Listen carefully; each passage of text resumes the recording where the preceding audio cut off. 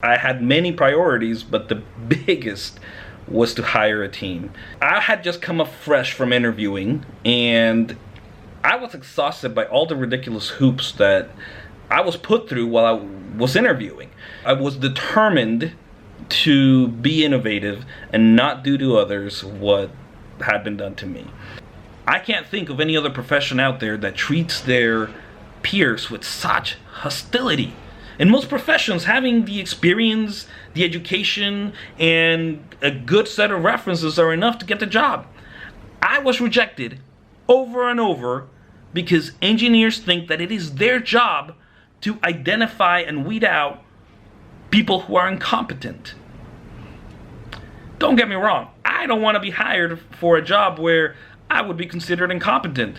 Some might say, Gilbert, testing your ability to do this algorithm is crucial to your work in here. And I really have to question that, because let's break it down. You think that something that is taught in a university, not used day to day, is a measure of an engineer's capacity?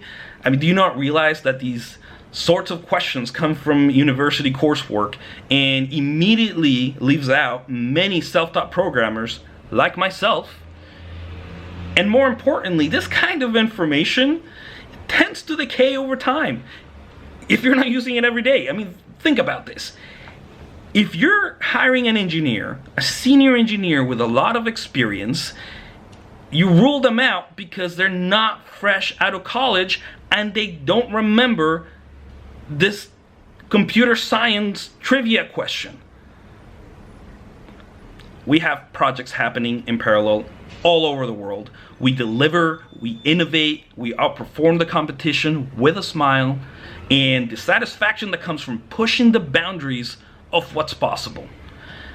All because we didn't let ourselves get restrained by the fallacies in this software engineering world and thinking that it's somehow our job to identify all the incompetent people in the world and not take into consideration that these interview processes don't reflect real life, they don't reflect the real world, and we need to change. As engineers, we need to get to the point where we refuse to do these whiteboard exercises. That is the only way we're going to see some real change. Personally, I'm done with whiteboard exercises. And if somebody tries to make me do them, I will question them. I will have a thoughtful conversation with them. But at the end of the day, I'm not going to take that job.